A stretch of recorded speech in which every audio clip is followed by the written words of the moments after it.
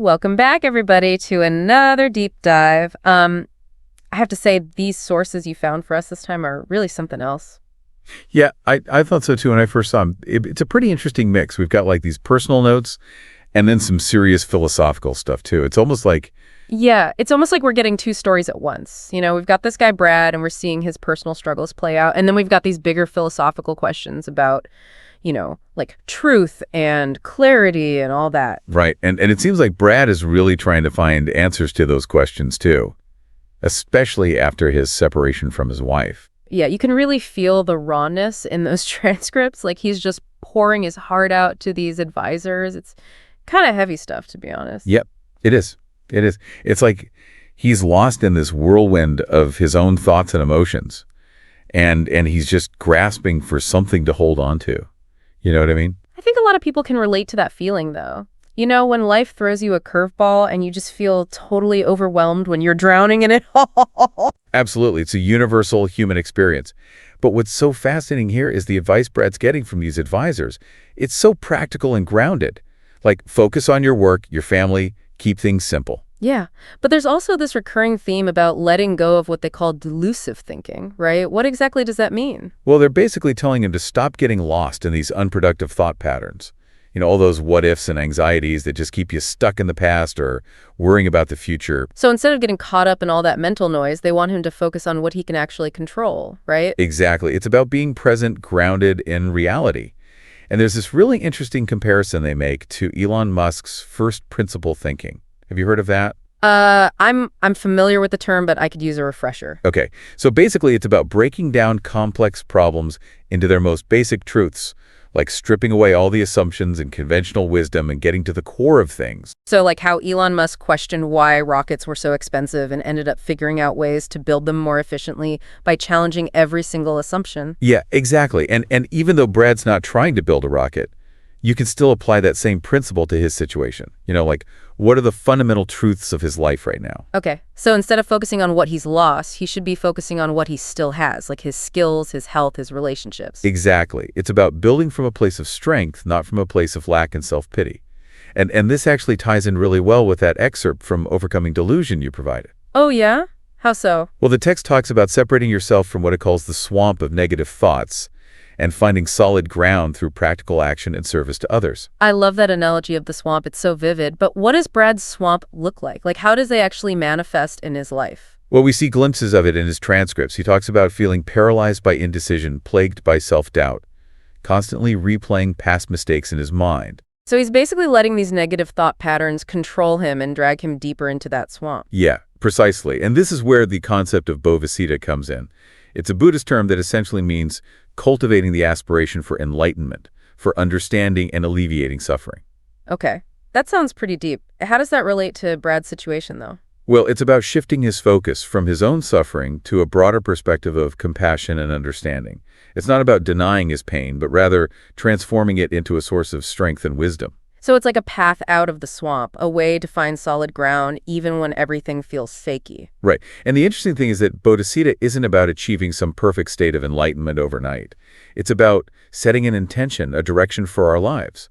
It's about cultivating a mindset of growth and learning, even in the midst of our struggles. This is already getting so interesting. I have a feeling this is going to be a deep dive with a lot of layers to unpack. Oh yeah, we've only just scratched the surface, and there's this whole other piece about Brad's apprenticeship with a tattoo master in Japan that I think could shed some light on his journey. Oh, wow. Okay, let's definitely dive into that next. So this tattoo master in Japan, what's the deal with that? It's actually a pretty significant part of Brad's story. It seems like it was way more than just learning how to tattoo.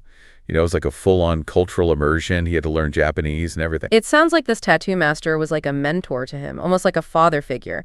Do you think that experience could have something to do with Brad wanting to teach and share knowledge now? It's definitely possible. In the transcripts, there are a few places where the master talks about the importance of observation and discipline and understanding the why behind things. And those are all things that seem to be coming up for Brad now as he's searching for clarity. So how does this tie in with overcoming delusion? Well, imagine Brad using those same principles of observation and understanding to look at his own thoughts and emotions. Instead of getting swept away by them, he could try to observe them with more curiosity, like a scientist. you know? Like taking a step back and becoming an observer of your own mind. Exactly. And there's this one story in the transcripts that really illustrates this. It's when Brad fixes that broken door handle at his advisor's house. Oh, yeah, I remember that. It seemed like such a small thing, but the advisors were really impressed by it. Yeah, they were praising him for being so confident, for just seeing the problem and fixing it without overthinking it. Like they were saying, look, if you can fix a broken door handle with that much focus, imagine what you can do with your own emotional challenges. Right. And that really highlights one of the key messages that comes up again and again in all of these sources, the power of action. You can't just think about these concepts. You have to actually put them into practice. Exactly. And sometimes the doing can start with something as simple as fixing a door handle. So it's about those small wins that build momentum and show you that you are capable of making change. Yeah. But Brad's notes also show that he's still really struggling. He knows what he should be doing, but he can't seem to break free from those negative emotions. Like he keeps being pulled back into that swamp. Right. And that's where the real challenge lies. It's not about achieving some perfect state of mind, where you never have any negative thoughts. That's not realistic. It's more about learning to manage your mind, to recognize when you're getting caught in those unhelpful patterns. Exactly. And his advisors keep pointing him towards this idea that thoughts and feelings are impermanent. Yeah, like that part where he talks about feeling intense sadness and anger and depression for like 20 minutes and then it just fades away and then it comes back again later. Right. He's starting to see that these emotions come and go. They're not permanent fixtures. But how does he actually use that understanding in his daily life? That's the big question. And it brings us back to Bodhisattva. What would cultivating that aspiration for enlightenment actually look like for Brad? Yeah, the sources don't really spell that out. They say it's important, but they don't give him any concrete steps. Maybe it starts with his intention. If he's really committed to understanding and alleviating suffering, how would that show up in his actions? So instead of just focusing on his own pain, he would start looking for ways to help others. Exactly. Maybe it's through his work or his relationships. Maybe it's through acts of kindness and service. The key is to shift from a mindset of scarcity to a mindset of contribution. Okay, I see where you're going with this, but that sounds like a pretty big shift in perspective. It is. And that's why this idea of Bodhisattva is so powerful. It's not a quick fix. It's a lifelong practice. It's a commitment to constantly growing and evolving. So even though the sources don't give us all the answers, they do give us a framework for understanding Brad's challenges and the tools he can use. Right. They point towards a way of being in the world that embraces both personal responsibility and connection with others. And that brings us back to this idea that our inner world and our outer world are interconnected. Our internal state, our ability to find clarity and peace within, has a direct impact on our actions, our relationships, even our contribution to the world around us. So what are some of the key things we've learned from this deep dive so far? Well, I think one of the biggest takeaways is the importance of self-awareness. Recognizing those moments when you're getting bogged down in negative thinking, when you're in your own personal swamp. And then the power of action, shifting your focus from rumination to doing, even if it's something small. Exactly. And then that interconnectedness between our internal and external worlds, our thoughts and feelings, have a real impact on how we show up in the world. It's like that saying, happiness is not a destination, it's a way of life. I like that. And I think it's a really powerful message for anyone who's feeling stuck or overwhelmed. It's about cultivating a mindset of agency and contribution, remembering that we have the power to shape our own reality. So we've covered a lot of ground here. Brad's story, all this advice, he's getting these deep philosophical concepts. But where do we go from here? Like, what does this all mean for Brad and for anyone listening who might be going through something similar? Well, that's the challenge, isn't it? It's one thing to understand these ideas, but it's a whole other thing to actually put them into practice. Yeah, it's like we've given everyone a toolbox, but we haven't told them how to use any of the tools. And I think one of the most important things to remember about Bodhisattva is that it's not a destination. It's a journey. You're not going to suddenly become enlightened overnight. So it's more about the process than the end goal. Exactly. It's about setting an intention, choosing a direction, and then taking those small steps every day. So for Brad, cultivating Bodhisattva could mean shifting his focus away from his own pain and towards the well-being of others. Right. And there are lots of ways he could do that. We know he wants to teach and share his knowledge. Maybe he could find a way to mentor others to help them through their own struggles. So like using his own experience to make a positive impact on the world. Yeah.